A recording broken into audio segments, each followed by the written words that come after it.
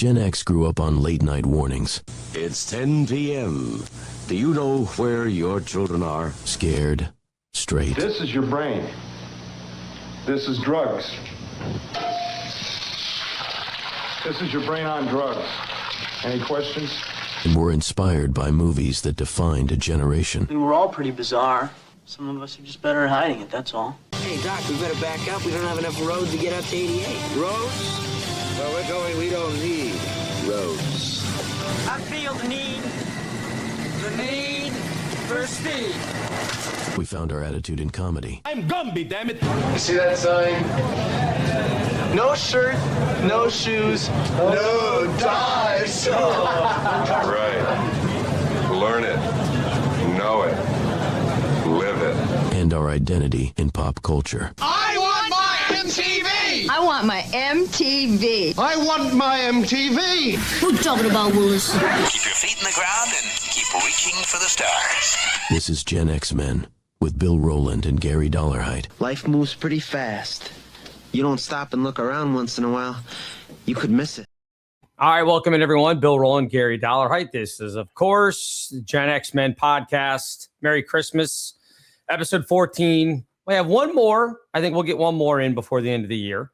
Next week, it'll be our New Year's Eve holiday spectacular. I'm here in Northern Virginia. Gary is there in Maine. And as you'd expect in December, got a little bit of weather going on up there.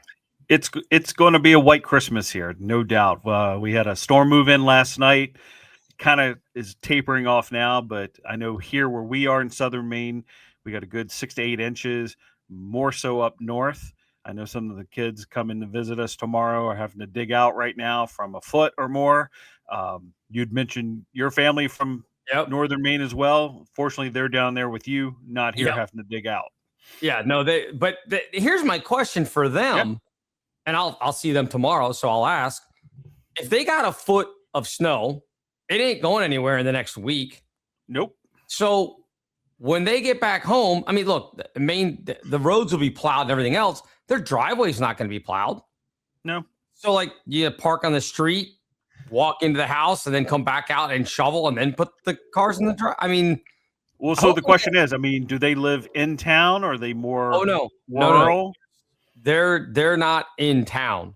Okay. I mean, they're in the town of Corinna. Yeah. But the town of Corinna is smaller than my neighborhood that I live in. I mean, the streets will be plowed. I mean, all over Maine, they do a good job of that. But unless they got a neighbor that's going to be like, yeah, we'll go out and snow blow it, because I'm sure everybody has a snow blower. I don't know what their driveway is going to be like when they get back. Well, as hardy Mainers, I'm sure they are. They've probably dealt with this before. They've got either the big snow blower, the plow guy, who knows what they have in their tool chest, but it'll be dealt with pretty easily, I'm sure. Oh, I'm sure. I mean, I'm not worried about them getting it cleared off eventually. I'm just wondering, like, they get back from the drive home. Mm-hmm. You've been on the road. It's 12 hours plus from here to Maine where they live. All that time, and then you're going to get there and be like, oh, there's 12 inches of snow in the driveway. Now what? That's my dig yourself out. But that's what Mainers do. Having lived up here and, met people that are native and understand their winters, that's just, to them, it's like wearing a raincoat in Seattle. It's just what we do. We get home from a long drive. Yep, we've got to clear out the driveway so we can get the car in. That's just what you do. Or just one little section where you can get the car and get the rest of the driveway the next day. All right. So you sent along, if some folks who may want to see this, you sent along a picture and a video of what you guys are going through. So there's a picture of you. Now tell everybody, I mean, you don't give away exactly where you are. I don't think anybody's trying to track us down, but is obviously that's on the coast, because as we're looking at it, you see the buildings, and then to the left of the buildings, that's water, right? That is the ocean, and it's not a problem. I am currently located in Old Orchard Beach, Maine, which is in the southern Maine, south of Portland. And so, yes, that is the Atlantic Ocean right across the street from where we're staying for the winter this year. So you have a nice ocean view room. Well, no, because someone built this nice 4-story Airbnb across the street. So yeah, you don't have the view. So Oh, okay. you walk the 100 yards over because I'll take the dog out. He loves to roam on the beach. Sure. And, 100 yards, and that's what you see. It's all ocean. It's actually one of the largest beaches here in Maine because despite being a coastal state, you'd be surprised how few actual beaches there actually is in this state. It's all rocky, right? I Correct. mean, yeah. I mean, I know they've got a long shoreline, but it's all rocks. Yep. A lot of rocks. Yeah. Mostly southern Maine from here south is beach, as you would expect, with sand and places to sun. Once you start heading north, the terrain changes, and it's very few places where there's an actual beach. It's all rocks and not fjords because we're not in Sweden, but it's not a straight line coast like you get down south in places. No, it's rocky, jagged, miserable. Yeah. Uh-huh. There's that, and then you also sent me the video, so we'll throw the video up here. Yep. Just a little taste. Cold weather for those of you who are not getting snow for your Christmas. Come to the ocean here in Maine. You'll get the wind, the snow, the ocean spray.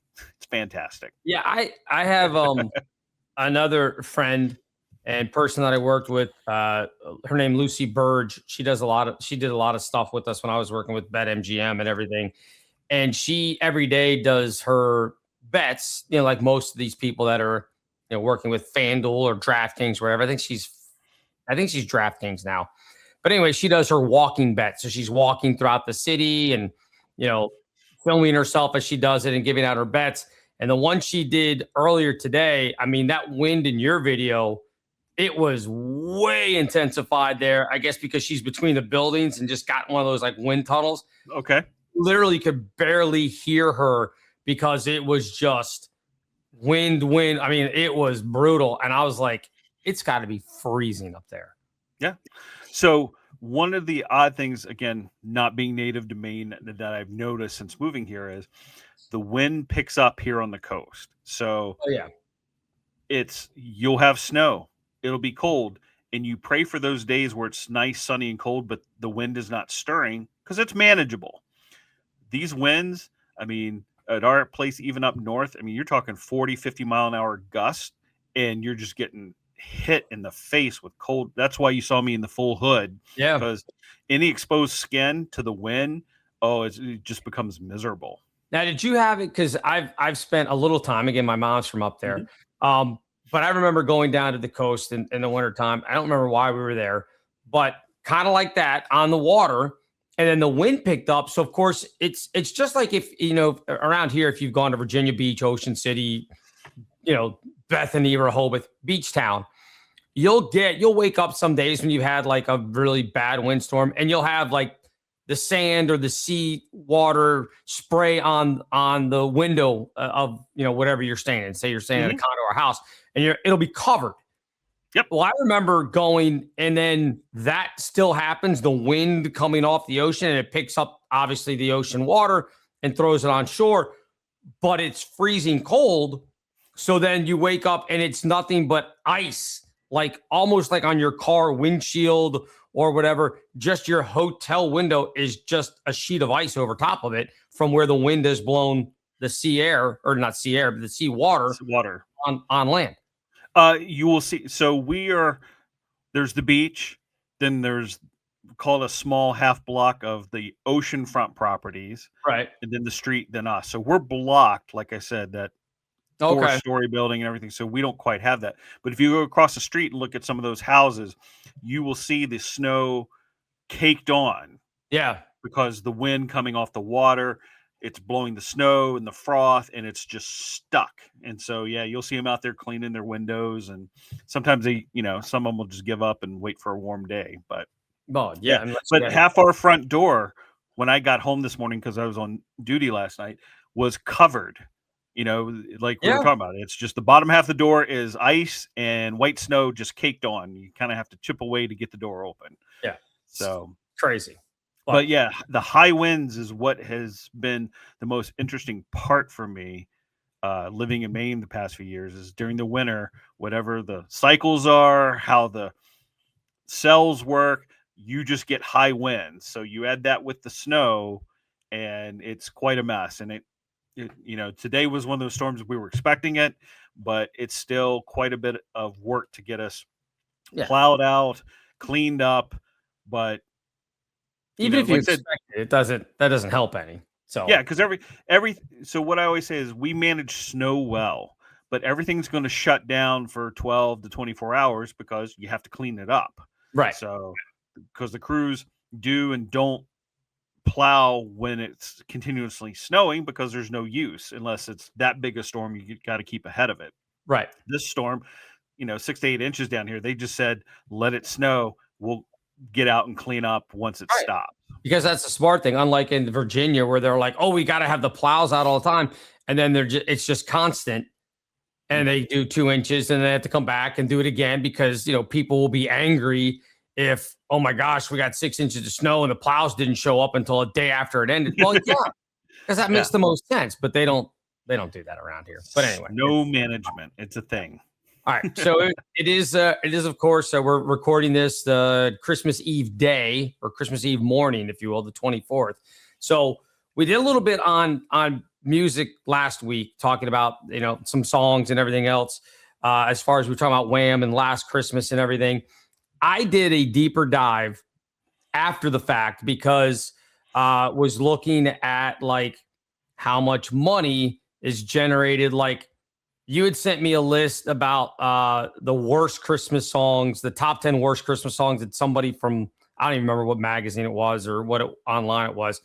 And number 2 on that list was Elmo and Patsy's Grandma Got Run Over by a Reindeer, which I will dispute that it is not the second worst Christmas song ever. I will agree. I was like, I'm going to do a little deep dive into this. Those guys have probably made, since that has come out with licensing and streaming and everything else, they estimate probably close to $8 to $10 million off that song. Nice. So they still every year generate a ton of revenue from what was just a goofy parody song that has worked for them. So good for them. That's life-changing money. Where if they didn't want to, they make enough off of it every year that they wouldn't have to ever work again. Yeah, because they just make enough of it. And we touched on it. We didn't get deep, but Mariah Carey, same situation, right? She's not really doing a lot of regular music, but we know now because she hit the lottery with that song. Every year she's going to be making bank because of her Christmas hit. It's there every year. It's almost, if you were planning it out, if you go, I have one song in me, I've got to make it one of the best Christmas songs ever, and just every year you're getting paid. All right, so that would be. Here's some of the numbers, okay? Because again, I did it with hers as well, okay? So we were talking about Grandma Got Run Over by a Reindeer, right? Mm-hmm. So that you're basically going to make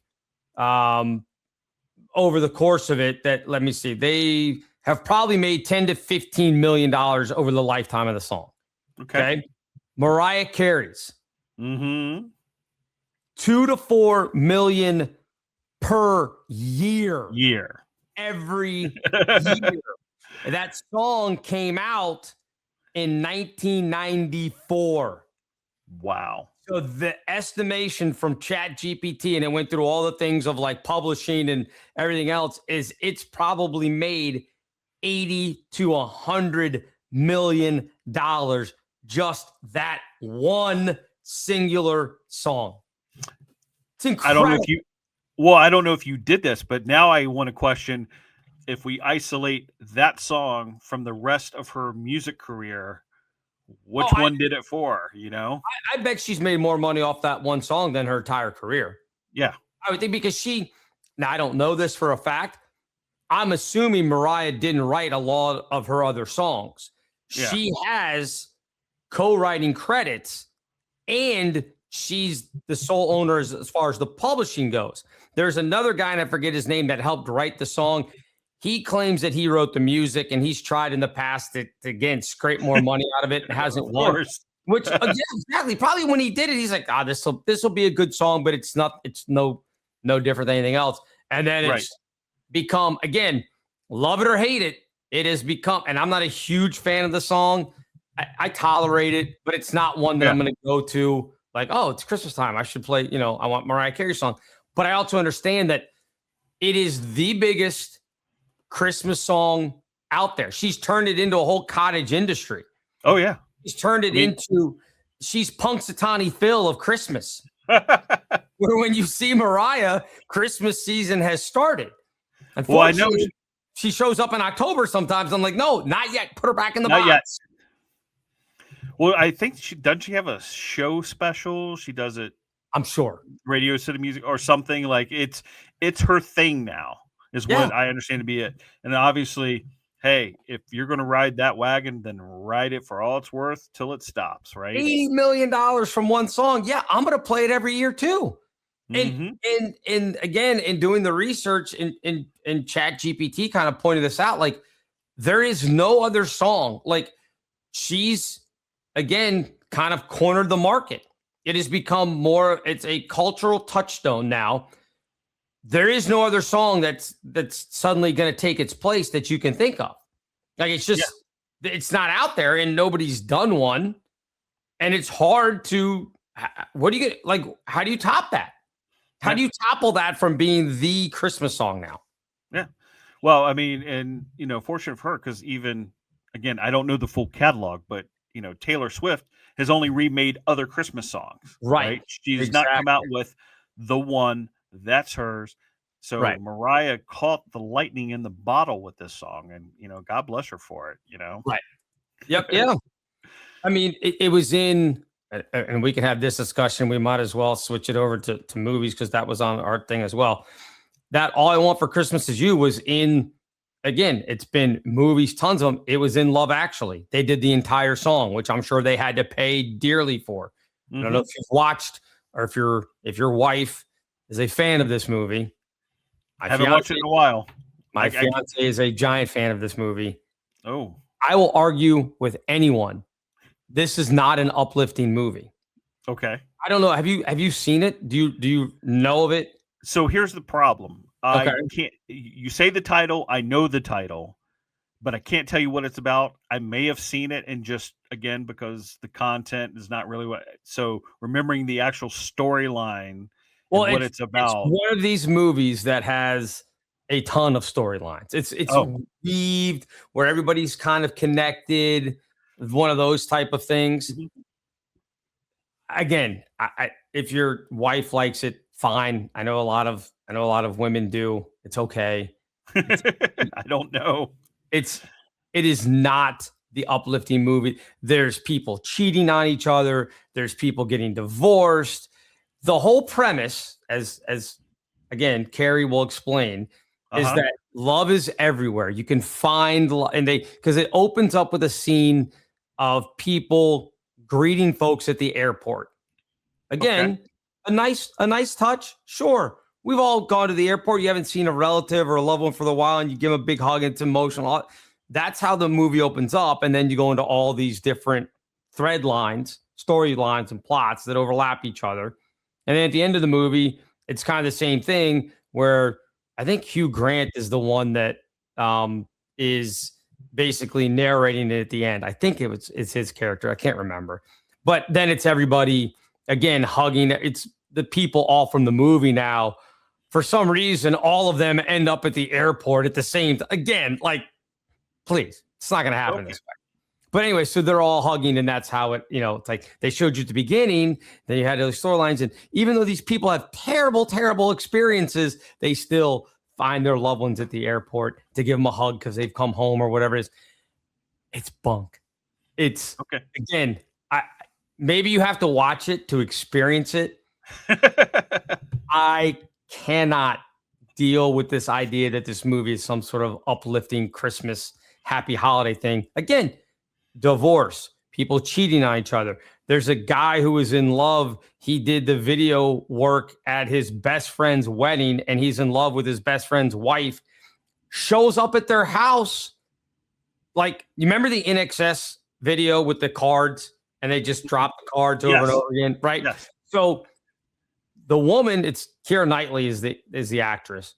So anyway, he shows up at his friend's house. They're married, right? with these cards. So he doesn't want, because he can't sit there and talk, because then his buddy would hear his voice and be like, hey, what's going on? So his buddy is sitting in there, I guess, watching TV or whatever, and he's holding up cards expressing his love for this woman. Like, it's like, come on, it's creepy. Like, somebody shows up at your house like that, it's creepy. That's not uplifting. That isn't a love, unrequited love, or whatever you would say, whatever the term is. It's stalker. Creepy. So you describing the plot line made me go, nope, I do not recall seeing this. Alan Rickman given me the, if that helps at all. No. And now you've given me the, I don't think I need to see this one. No, you don't need to. If you did, I think knowing you'd be on my side going, this really is not uplifting at all. No. Now, it's an actual Christmas movie, right? Yes, that's where it takes place. No, it's all based at Christmas time. Yes. I mean, it's the whole thing it is a Christmas movie. Yes. So if we go back to what we were talking about music, I guess it could play for movies, television as well. One of the themes of Christmas was either lost love or great love. Right. 50-50, right? And so maybe you're getting both out of that movie. So it's trying to deliver both ends of the spectrum. It's not great. I'll just leave it at that. And if you disagree with me, please feel free in the comments, or again, on X, you can find me at Bill Rowland, ROHLAND. I don't care. I will argue with anybody about this. This isn't a don't at me moment. Yeah, you want to have a discussion? Let's have a discussion, because it's a tragic movie. As far as it trying to be like, oh, it's so uplifting. No, you feel bad for these people. I do anyway. I was like, feel bad. This dude cheated on his wife. This other dude is stalking his best friend's, wife. It's creepy. So what we need to do, because I had this conversation with Susan the other day, we were flipping through, there's Netflix and all the Christmas movies.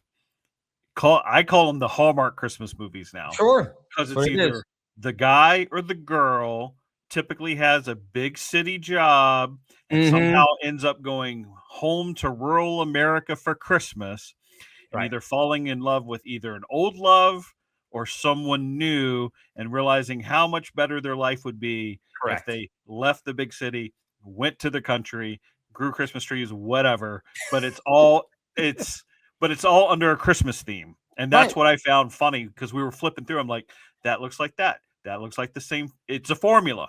Absolutely. I'm sure they get watched a million times. Of course. Or more by people. And I just kind of laugh, like after 2 or 3, it's like, it's the same storyline. Yeah. It's just it's the same plot with different occupations. Yes. That's all it is. Yeah. And that's good. I mean, that's fine. If you like that kind of stuff, it's cool. I mean, I will still go back. I'd rather watch, It's a Wonderful Life. Even though I can almost, the entire plot, all the way through and everything else, and what's going to happen. I'd still rather watch that than some of the junk that's come out recently. But those Hallmark movies, those are simple.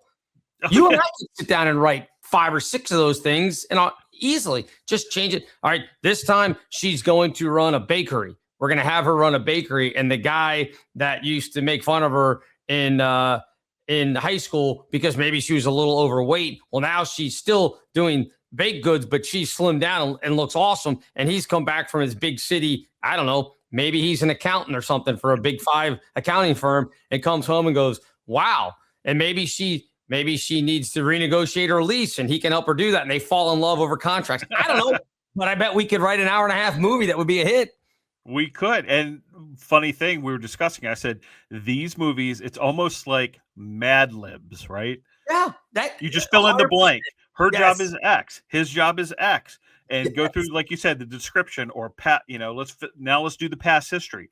She was scorned for whatever reason, or the boyfriend just left her, wasn't treated like. We can just Mad Lib this thing and come up with the entire movie plot and half the script. That's what we do. Yes, absolutely, 100%. And I don't know how well it pays, but this is why, like, you could probably do this with AI right now. And have the entire script. I mean, that's what they talk about, how AI is going to start, right? You won't need writers and everything. Well, yeah, you're not going to need it when all you have to do is give it a 3-line plot and just say every Hallmark movie ever, just change their occupation And like you said, which one of them is coming home from the big city? Yeah. Ready, go. And then it'll have it for you. It'll be done. Simple. Oh man, the writer strike is coming. Yeah, I mean, you don't even need they won't even need the writers anymore. Again, they can just go with AI and do it that way. Well, I figure at some point they're going to pull a strike, and then that's where the switch will flip for somebody. Some organization media will be like, okay, take all the time you need. We're going to work over here with. I'm sure they got an internal AI that they've named. We're going to work with Claude. Yeah. Well, here's the only thing, and I do side with the humans on this. Is AI is not generating anything new. Mm-hmm. All it is doing is scraping all the previous scripts of all the movies of all genres, and then kind of literally weaving them together. Mm-hmm. Like they don't have the human experience so they can write a love story just based on what the factors are in these other movies, plays, formula, poems, etc. that have already been written, and they'll pull from them and then kind of put them into a blender and then spit it back out. But I don't think AI will be able to write properly with the proper human emotions and reactions and everything else like that. So yes, well, I think AI could basically do the structure. I don't think they can do the intricacies that will make something either funny. Like if you ask AI to write you a joke, it's usually pretty bad. Yeah. Now, you could try to say, hey, write me a joke about this in the style of this, and it will be able to scrape the topic and then the comedian that you wanted, and they'll have their, like whether it's Dave Attell or Bill Burr or whatever it is in the style of, and it can do it, but the joke itself isn't funny. Yeah. I think what'll to go along with that, I think what I foresee happening is AI will create, like you said, the formula, the structure, but it's going to be the few that are actually talented. Right. Now it gets into the hands of a human writer and says, we're going to try this, we're going to do that, and spices it up, if you will. Yeah, polishing it. Yeah. Yep. And so what will happen is you will have a smaller group of some of the best writers, creative people, and half these people now that are so-called writers will end up on the street because they never had it to begin with. It's just the job was so massive and so many slots that they were allowed to exist. But this will take away and kind of funnel the best that will only be left standing to work with the AI to come up with the new content. Yeah. And you'll have, they're talking about Cameron because like the AI can create the backgrounds, and I've seen some unbelievable, AI where scenery or whatever you want to say. And that's fine. To me, I don't look at that as any different than CGI. Mm-hmm. And you had to have people work on CGI. Like AI is you're still going to have to be an AI expert to like know what prompts to give it and know how to manipulate it so it gives you what you want. Because again, I've tried to do it with some of the thumbnails for our videos. If you go back on our YouTube page and look at the videos that we've done in the past, and you'll see the little AI thumbnails. I've done that with ChatGPT is what I've used. And sometimes I get frustrated. It'll take me 15, 20 minutes because I just can't, I don't know exactly the prompts.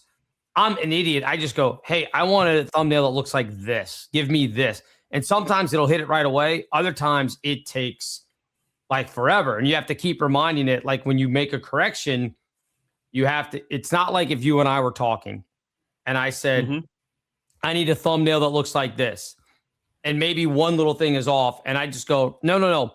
I need you to change this. I like the number to be 17 instead of 22 on the jersey. Like say I'm doing something like that. Well, it will change that, but then it also changes a bunch of other stuff at the same time. And you're like, no. I just go back. I have to sit there and go back to the original. Everything else is the same. Change the jersey number. And then it might get it right, and it might have something else. And then you have to be like, no. Keep everything the same. Now do me a favor, change this. And sometimes it can do it, and sometimes it can't. So you got to know how to do the prompts. I'm sure there's AI and computer people out there like, you're a complete moron. Admittedly, I am. That's what I have. That's how I have to do it. I'm trying to pull up a picture here because I wanted to extend on what you said. What are you looking for? Is it one of ours? I can probably pull it. No. It was one I created on AI, and I wanted to talk about, there we go. Okay. I'll try to turn it so you can see. Yep. So I told it to put me in a Confederate cavalry uniform, right? I mean, on a horse. And when you see, you get in close, I mean, it did a good job. Do you have like 6 toes or something, or no? So here's what's funny. So I did that off the cuff. I was at work. I was playing around. I was like, let's just see what we come up with. And that was what I was impressed with. It was an old driver's license photo that I used for the face. Nice. Straight on shot. Look, I'm googly eyed, and it angled my face, weathered me. I was like, this is fantastic. So then I started messing with it. Like, hey, can you do a different hat? And that's where it went off the rails. Right. I ended up with a Union hat. I mean, it just went, and I was like, wow, to be as smart and capable as this is, maybe it's me, but you hit it on the first one, and the more I messed with it, the worse I got. So then I just deleted the rest and went with that original photo. Yeah, I mean, again, it's you have to know the prompts, and again, I haven't messed around with it or taken a course, or I'm not smart enough computer, AI wise, to be like, okay, I know how we can fix this, how we can take care of it. So I just, again, trial by error. And a lot of times, if it'll hit it right the first time, I'm like, I'm not even going to mess with this. It's close enough. And then I just go on. Because again, this isn't some, 1,000 or 100,000 or $1 million industry that we're doing. It's just you and I sitting here talking to each other. That's all it is. It doesn't have to be 100% perfect. So it works. But it looks good for us. That's what matters. Yeah, exactly. It's, shows that we know what we're doing, sort of, I guess. So we, talking about the movies, and again, I'd much rather watch the older ones. There's just, I did a thing with the high school girls basketball team that I coached the other day. We do a holiday practice every time before Christmas. Basically, our last practice, it's on a Saturday. We'll practice for an hour, and then the last hour we just have the kids.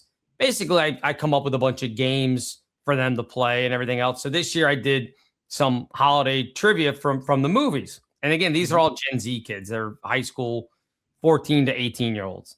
I was surprised at how well they knew like Home Alone, and because that movie is like twice as old as any of them. I mean, it was 1990, I think, the original one, but they know it. Even Elf is way older than them, because I think Elf is 2003? Is that right? 2003. Yep. Yeah. So Elf is 22 years old. None of these kids are that old. They knew Elf pretty well. What were the other movies? We did Polar Express, which again, I'm not surprised. It's a cartoon. They actually knew Home Alone and Elf better than they knew Polar Express for the most part. So I was just surprised at how well, and we didn't do Christmas Vacation or any of those, but I was just surprised at how well they knew, again, Home Alone from all the way back in 1990. And they even said, well, which Home Alone, so that we know what because there's 1 and 2. Yeah. Well, that's why I was laughing. I thought there wasn't a third. There might have been. We don't recognize I that. stopped after 1. That's the problem. That's why I kind of laughed like, yep, there's more than 1. Yeah. But... I mean, 2, I think, is the one that he gets lost in New York and he ends up in Trump Hotel, if you remember that. Oh, that's 2. Trump. Yep. Okay. Yeah, that's 2. 1 is when the family goes to Paris and he's left alone all by himself. So 1 doesn't have the bird lady in Central Park, if you remember the woman that had all the pigeons. That's in 2. Okay. Yeah. I thought I hadn't seen it, but you're right. It's Trump. Yeah. He's in New York. I remember the pigeon lady. Anything in New York is 2. Okay. Anything at his home, wherever they're originally from, Chicago maybe, that's 1. Chicago. Yeah, that's 1. So, but anyway, I was just surprised. But then I thought about it.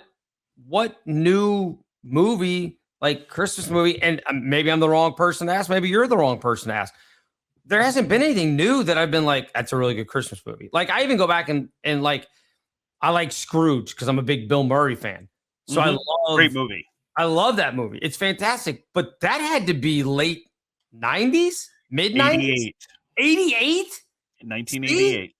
Yeah. That's what I'm saying. What has there been a recent one that you go, okay, I don't know. Because again, as you talk about, it's all Hallmark movies that don't make it to theaters, that they just redo them every year. They make 3 or 4 of new ones and like, here you go. Here's your new batch of holiday movies. I don't know. Well, other than, and maybe it's because I don't pay attention, maybe because the kid's older, I don't know. To me, Elf is the last big Christmas movie that came out and has the staying power. That's the only one I can recall that I go, because to me, I go, oh, that's the modern movie. Well, it's almost 20 some years old now. Right. Isn't that crazy? Right? That's the crazy part. But that's the one I look at and go, oh, that's the modern staple, if you will. Because once you get beyond that, it's Home Alone. And then to me, once you get beyond that, then we're going way back. Well, not Scrooge, Scrooge, yeah. Christmas Vacation is is the 80s, right? Right. So as much as I love Scrooge, it is a staple, but it's kind of that, oh yeah, that one. It's not the boom, December 1st, any channel, it's going to be there. Even though it is, you really don't think about it. Right. And so the next one would be National Lampoon's Christmas Vacation, because they run that. Right. The other staple, I can't remember what year it was. Christmas Story. A Christmas Story. Right. And after that, man, you're going, It's a Wonderful Life. Is it the original 40s. Miracle, right? Yeah. The original Miracle on 34th Street or the remake? I mean, you're getting into the hardcore old ones. So to me, there's not, I understand why they know Home Alone, why they know Elf, because those were the last, what I'll call Christmas blockbusters that have stood the test of time. I mean, I know one of the list I pulled, and I don't switch this, but TV. That's fine. Yeah. What were the specials? Give me the biggest specials. It's still Charlie Brown from 1965, Rudolph from 64, Frosty from 69. They're all late 60s, early 70s. So there's not been another. Do you think it's because those are mainly animated and we don't do animation as much? Do you think that has anything to do with it? Because you mentioned like Frosty. Was it A Year Without Santa Claus? Isn't that the one with the Heat Miser and Mr. Freeze? Which that was always my favorite growing up. Mm-hmm. I love that one. The Island of Misfit Toys and all of that kind of stuff. Love those stop action cartoons. I don't know that we do that anymore because I think they look at it and they go, kids aren't going to like this stuff. Yeah. I think the bigger part of it is the media outlets. You and I growing up, there was 3 channels. That's a fair essentially, point. Right? So if Charlie Brown was coming out, everyone watched Charlie Brown, and I think it was CBS, right? That's what America tuned into. There was nothing else. Now, well, again, we just talked about it. What does Netflix have? What does right? It's so, and then cable came first. Everything became so diluted that nothing could get that traction. Now, don't get me wrong. I mean, Charlie Brown, those are classics. They're good. Right. Of course. But nothing else could get the traction that they did because the audience and delivery changed over the course of our lifetime, where, like I said, Elf in 2003 might be the last biggest Christmas movie. I mean, 20 some years. Yeah. It'd be hard to pull off, and again, hard to pull off. And who's going to sit down and go, yep, we're going to write this and it's going to be the next Christmas blockbuster. Yeah. I mean, I was just looking at it. I just typed into again ChatGPT and said, give me the biggest Christmas movies here recently. And like you said, it was all, here's this on Netflix. Here's this, like there hasn't been a big one other than, and this one, I remember it now that I've read about it, but I can't imagine it did very well, called Red One. That was the one with The Rock and Chris Evans. Yeah. Like, I don't remember hearing anybody say, "Oh, we gotta stream Red One. That was great." So, no, I didn't. So what's funny is I took Tommy to see that last year before, whenever it came out. I had no idea. I was like, okay, we'll go see it. I had no idea it was a Christmas movie. Okay, let's just go. Right. Entertaining for the hour and a half, absolutely. But I don't see it being the, stalwart, the monumental. That is a Christmas movie that we're going to have to go see and watch and stream every year now. It's just not there. And ChatGPT agrees with you. I Oh. put it in here and I said, give me the biggest movie since Elf that has become a classic Christmas movie. And it said, there has not been a theatrical release Christmas movie that's clearly entered the same cultural tier as Elf. Mm-hmm. Polar Express was the year after, but it's not, as it says, not universally beloved. Correct. It does mention Love Actually, but then says, but it says adult only appeal and not a family rewatch the way Elf is. I would also say not uplifting. However, it mentions the Santa Claus trilogy, which I know Carrie's oldest son is here and her youngest daughter. They're both in their 20s now. They put on the Santa Claus 3 the other day. Now, again, I don't know if that I don't remember ever watching the Santa Claus ones. That's the one with Tim Allen. Mm-hmm. As you know, I've never seen any of the 3 all the way through. So I can't comment on that. But the Santa Claus original one came out before Elf, so I don't know that would count. So again, I think you nailed it. I think Elf is the last one. It's kind of like the Mariah Carey Christmas song. Like that's kind of like the last one. Like what song has come out since then that you go, oh, I love that Christmas song? I don't know if there is one. Yeah. I mean, and again, you could argue maybe it's the lack of creativity that, it's so money driven that, whether it be music, TV specials, whatever, we're just not overly investing in creating the next great one, whether it's music, television, etc. Or, it's just so diluted now. It's hard unless it is something else. Hey, it's just hard to get traction. Right. I mean, you're only going to hear Christmas music. Like here we have one station that flips the switch on Thanksgiving Day and it's all Christmas all the time. But you listen to it, it's the same stuff. I don't hear anything new. Right. Movies, they're going to come out with movies. It's just the question of which one's going to get the traction. Right. Right. And I think streaming, I think you nailed it earlier. Streaming has just changed the game for everything because they're going to put out, again, Netflix has had a couple of streaming, Christmas movies, but I think you're right. I think we've reached that point that at some point, just like all these other movies, at some point, those are going to fade away. The Peanuts, I think with our generation, I don't think the younger kids care that much about the Peanuts thing. I think our Gen X is just trying to keep it alive through their kids because that's what we watched.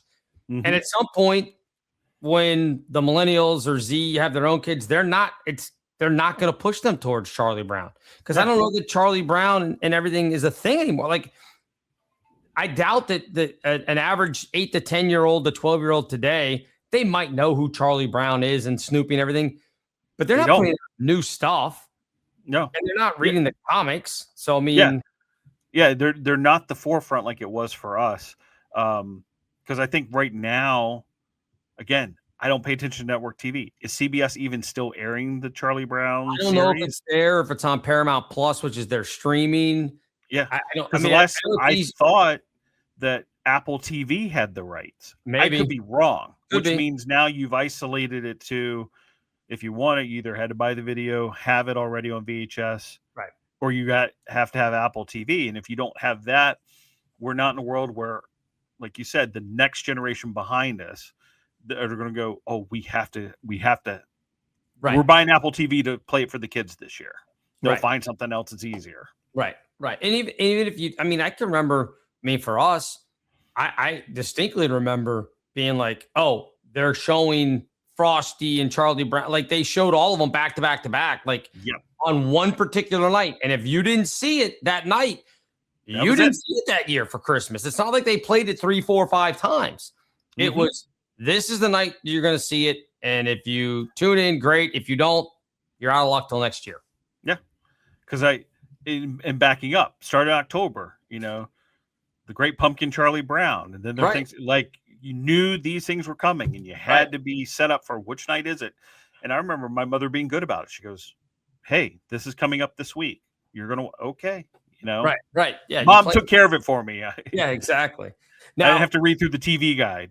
the other thing, and neither you or I are dealing with this anymore because the kids that we are around are older, so they don't have this. But do you remember? And there's been kind of a pushback now. I've seen this online where people like stop lying to your kids if they ask you if there's a Santa, tell them the truth. Ooh.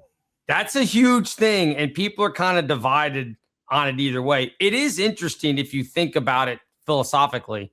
You basically are lying to your kids for the first 5, 6, 7, 8 years of their lives when it comes to the Tooth Fairy, Easter Bunny, Santa Claus, the whole thing. You're lying to them. Yeah. Is that creating do we end up having trust issues with our parents? Because once we figured out, I don't remember. I don't remember exactly that I figured out Santa, but I think I figured them all out at the same time because I remember, and this wasn't at Christmas time, this is actually Easter, and being at Springfield Mall. And like most malls, obviously 2 tiers, upper level, lower level, and the Easter Bunny was there. And I remember they were on the lower level, and we're like, oh, okay. So I'm peering over to see the Easter Bunny, and you could see the zipper on the back of the head, realizing that the head didn't connect to the body. And that was the moment I was like, that's not real. I distinctly remember. And I remember, my mom will tell you the story as well. She will say, yeah, he like in the mall that day went, that's not, again, you go, well, yeah, of course it's not real, moron. But when you're a kid, when you're 4 or 5 years old, you're going to believe everything. Okay, sure. Mm-hmm. And I think that's the time when I was like, yeah, this is, and then you start going, all right, so if that's not real, let's go through all the other ones in your head, and you're like, So I don't remember then being like, that means Santa's not real either. But I knew right then this Easter Bunny thing is a farce. I don't remember believing the Easter, like we didn't do the Easter Bunny story. Okay. Like, that all of a sudden you wake up and there's a basket. We didn't do that. What I have a hard time remembering is because I have a sister that's 8 years younger than me. So you had to keep quiet. I had to keep quiet, but I was also like, of course I'm going to keep quiet. This gravy train's going to keep rolling, right? That's fine. Did you think if you suddenly, were like, yeah, I know Santa isn't real, that you were going to stop getting presents? I think that's what a lot of the older kids in the family probably go, okay, I don't think this is real, but if I'm wrong, now I don't get anything. Yeah, I wouldn't say I was worried about not getting presents, just because the scenario at the time, short story, my parents were both the oldest of 5 children. I was the only grandchild for 8 years. Okay. There was a cousin right before my sister. So Christmas was fantastic for me. Yeah. Not only gifts coming in on Christmas Eve, but waking up on Christmas morning. To me, it was the magic of Christmas morning because you had waited, you'd wanted things, and then you wake up and it's there. Right. And I honestly, and I'll say it to this day, that was the magic. Like you'd hoped and wished, and there it is. And that's what I sort of lament losing once I found out that, Santa's not real. There was still the magic because I didn't know what my parents were going to get me. I'd ask for things, whatever. Right, but sure. And then you might have got the one thing, but there was always a host of other things you didn't know about that right. Santa brought, which was exciting. To me, that's where I go, that's what I miss most is that magic feeling that morning of, oh my goodness, look at all the stuff, the tree, and it's quiet and the presents are laid out. Right. Again, the magic of Christmas. Do I feel like we're lying to our kids? I understand the argument, but you are. You are. You are. But I guess you are if they ask and you say, well, do you think he's real or anything? Then yes, you're lying to them. I don't know that if a 5-year-old comes up to you and says, is Santa real, that you should be like, no, it's your parents, dummy. How stupid are you? Yeah, I disagree with that. But I wouldn't, as they got older and had a serious, like, is this really real? I would leave it as, what do you think? Because, you can kind of take the line of, well, it's the magic of Christmas. Right. And what I just said, the magic, the spirit. So, and it goes away a little bit once you tell them. So, I mean, I wouldn't just outright lie and have a 13-year-old still thinking Santa shows up, right? Yeah. Because, we have a budget. But I think at some point, just going with the tradition, and when they figure it out, they figure it out. I mean, I don't. Yeah. But so I'm sure someone's going to say it's horrible. Of course, to because do that. you know why? They have to ruin everything. Those have are the to people ruin that everything. want to ruin everything. So I get that. Yeah, I mean, I had an older sister, so I was the younger one, and I don't remember ever having the conversation at all with older sister, younger cousins. Again, I don't remember being like, hey, this whole thing is a ruse. It's your parents that bring you everything. I don't remember having that, and I don't even remember being told by parents, okay, well, you can't tell so and so they're younger, again, cousins or siblings that are in the neighborhood. You can't tell them that's what this is. So I don't know that that's a whole thing. Because people talk about, oh, well, you get into school. Well, you know what? Kids tell other kids lots of stuff in school. It's how you learn about a lot of different things. Oh, yeah. That's how they learn about Santa. So be it. That's just the way it works. Yeah. No, the discussion my parents had with me, and not just for my sister, was it's not your role to make or break Christmas for someone else. Because it doesn't matter what you know versus what someone else knows, what they think or believe. And of course, that was a bigger life lesson as well on so many fronts of that. But that was their thing, was it's not your place. So don't get involved. Don't do it. Did you write letters? Never did. No. Oh, okay. No. Interesting. Yeah.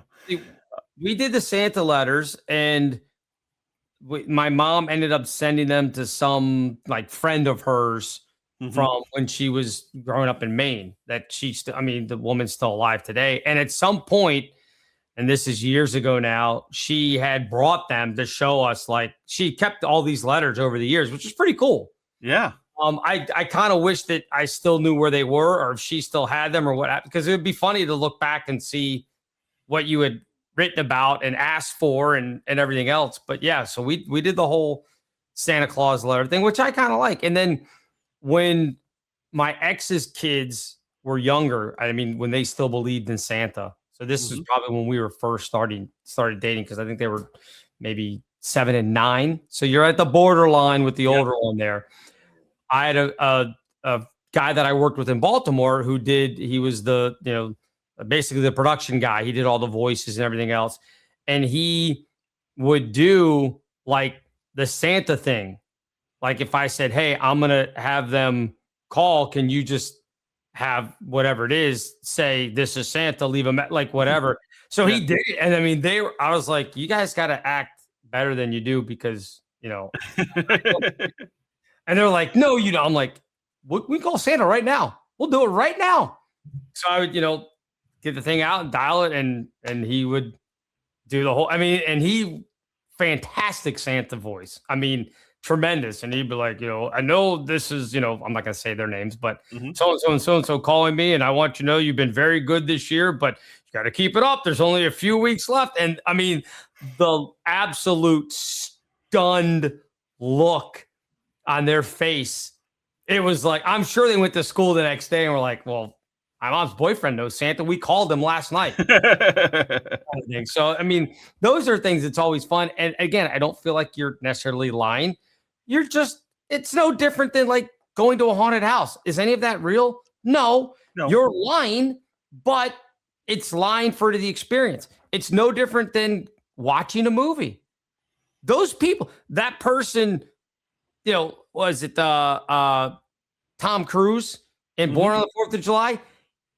He didn't lose his legs, right? He wasn't you're lying to us. That's the whole thing about acting in a movie. You're lying, but it's okay, because it's just for the experience. Yes, we're here as active participants in the lie. Right, exactly. Yeah.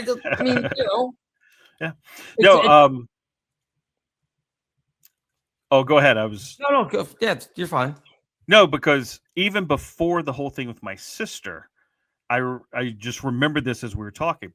There is one one picture of me sitting on Santa's lap. Okay.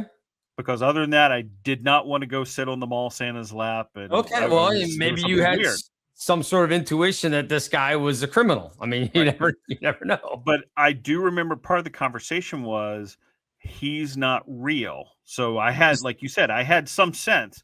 And I remember my parents saying, well, he's a helper. There's only one Santa and he can't be everywhere all the time. These gentlemen, wherever mall we were at, are just helpers. Yeah. So I do remember having that. This can't be real, but it was about the Santa in the mall. Right. Yes. Exactly. Exactly. So anyway, I'm assuming you're done with all your shopping at this point. I hope so. Nope. You got 12 hours, my man. That's it. No, this one's easy. The kids don't watch this yet, so they don't know. We go buy them lottery tickets, and I gotta go get those today. Are you like you getting the scratchers? We get the scratchers. Okay, because Powerball is like 1.7 billion with a B. As I put my pinky in my side of my face, as you would on Austin Powers and Dr. Evil. 1.7. My concern about that is I could buy them the ticket, but if it actually hit, but I'd have to get it back. That's the problem. Like, I mean, you could buy them today and give them to them. They wouldn't know. I think the drawing is actually on. Well, it's tonight, right? Tonight's Wednesday. Tonight? Yeah, it'd be tonight. Yeah. So you would be like, I'm not going to give them these myself. I might go buy some of those.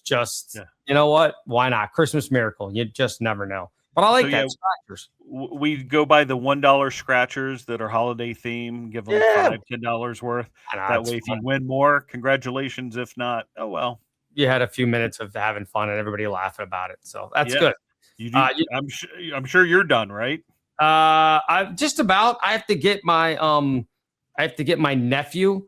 He wants some gift card for like Stream. It's called Steam. That's it. Steam. Online gaming. Yes. Yes. He's a huge online gaming guy. So he wants a gift card for Stream. I guess you can just go buy them places. Yes. I don't know. Everywhere. I looked on the Stream thing and it said 7-Eleven. So there's a 7-Eleven a mile from the house. Oh yeah. I'll go there and see if they have Steam gift cards. Yeah. Tommy was into it. They're everywhere. So, and evidently, discussion for another time. That's the future of gaming. These game consoles and cartridges and all that are going away. It's going to be online access. Not to get on a tangent, I know for the PlayStation, a lot of stuff, you don't actually go buy the disc anymore. You download it. And eventually you're not even going to do that anymore. You're just going to play. That won't be me. Me neither. Yesterday we had, again, to close it out, that we have the cleaning people come like every 2 weeks or whatever to clean the house, whatever. Mm-hmm. So we have our one room over the garage, which is basically where the cat lives. It's also the exercise room and everything else. We have a TV in there. My PlayStation is hooked up to that. I probably haven't played my PlayStation. We moved in here in July. Yesterday might have been the second time that I've even turned it on. So I don't play that often, but I was thinking about that yesterday. I'm like, at some point, this isn't even going to be a thing. You're just going to have it hooked up to your TV and you'll just stream all your content through the TV. Like you won't even need a PlayStation 5. It'll just be like, oh, I have the PlayStation 6 app or whatever it is. I don't know. Maybe I'm wrong. Maybe consoles will be around forever, but it just feels like you're getting towards that thing where you're like, oh, okay, I pay for the PlayStation app. So I go there and then I pay for whatever game it is that I want to play. At this point, I would say GTA, but apparently that's not coming out now until May of next year. They keep screwing that up. So who knows? I don't know. But there it is. Yeah. So any final parting words before we get out of here? I was going to say, be careful and don't shoot your eye out from A Christmas Story. That's my dad's favorite Christmas movie. So he will watch that all 24 hours if he could. That's awesome. Well, I will do it from Home Alone because the kids messed up this line the other day. They thought it was Merry Christmas, you filthy animals. It's actually keep the change, you filthy animals. Yep. This concludes this episode of Gen X Men with Bill Rowland and Gary Dollarhite. Gen X Men is now off the air.